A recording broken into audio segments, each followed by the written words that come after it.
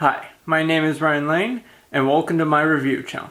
So, for today's movie, I will be reviewing Macross Frontier, the False Songstress, an anime film, and I should note, this review is of the subbed version of the movie. Anyway, the premise of this film is that sometime in the future, aliens, the Vagrid, they attack Earth, and humanity decides to flee to the stars. And this one colony, Frontier, as it's called, I think, is trying to get to another planet. And while they're doing that, they're visited by Cheryl Nome, a pop star.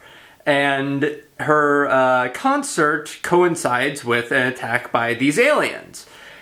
And so from there it's sort of up to Cheryl, Alto, an aspiring pilot, and Aranka, an aspiring singer, to sort of piece together this mystery. Yeah, if you can't tell from the way I'm talking about it, this film is very confusing. And I guess full disclosure, this is the first time I'm ever seeing Macross Frontier ever. Like, I have, from what I understand, there seems to be an anime TV series. I have not seen a single episode, and I get the feeling that I needed to see that movie to get any level of enjoyment out of this movie, because whoo boy, it just assumes you know so much about the show, because, like, the characters, they're sort of just introduced like you've already been introduced to their backstories,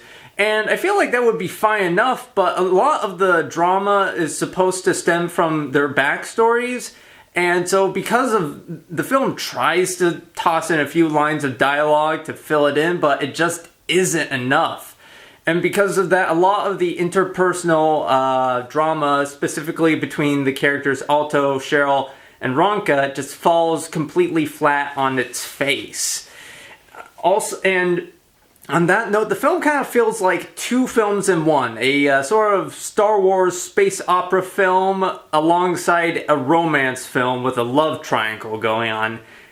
And they never gel together, and the tone is so jarring. Like, the film begins in the beginning of the film, there's like a full-on alien attack and people die in the hundreds, and then later on in the film it feels like one of those light-hearted anime type films. It's just, the tone just feels so jarring. And the characters, like I said, the characters, I just never could really connect with them. Yeah, like, the Ronka character, she does have an interesting backstory element. Like, supposedly she has a traumatic past that caused her to lose some of her memory, and apparently her past is so traumatic that the man who takes care of her, who's the head of a private army called SMS, is like, yo, you really don't want to know. It's that disturbing. And the film never goes anywhere with that. It's like, okay, yeah, so tell us. Like, I want to know. It just, let's see. Also, the animation. So I will say the animation fares slightly better.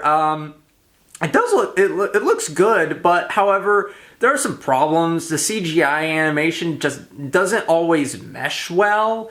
Plus, whenever, like, during the action scenes, they can get so hyperkinetic at times, it's really hard to keep track of what's going on. Also, with regards to backstory, remember how I said the characters' backstories, it never really feels like they fully flesh them out, at least for newcomers to enjoy the movie? Well, boy, buckle up, because apparently, there's so much lore that the film fails to clue you in on that it becomes a real problem at the third act of the film, where, like, there's this meeting between these characters, and at one point there's a massive exposition dump about the supposed diplomatic issues between Frontier and Galaxy, another like colony of sorts, and how something about breaking rules and mining resources. I'm just like, I couldn't understand it. I feel like Even if I did know the lore, the exposition dump would just be too much to handle, but the film does so little to clue you in on the details that it feels even more painful than it should be. But then it just keeps getting worse. Like at the climax, right? Remember how in 2020 when Gal Gadot and a whole bunch of other celebrities got together to do a cover of Imagine in a supposed attempt in what must have been logic thinking, yeah, that'll solve our problems.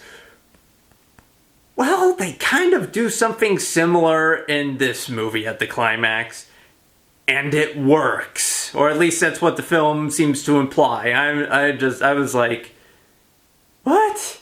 No, that's stupid. It just,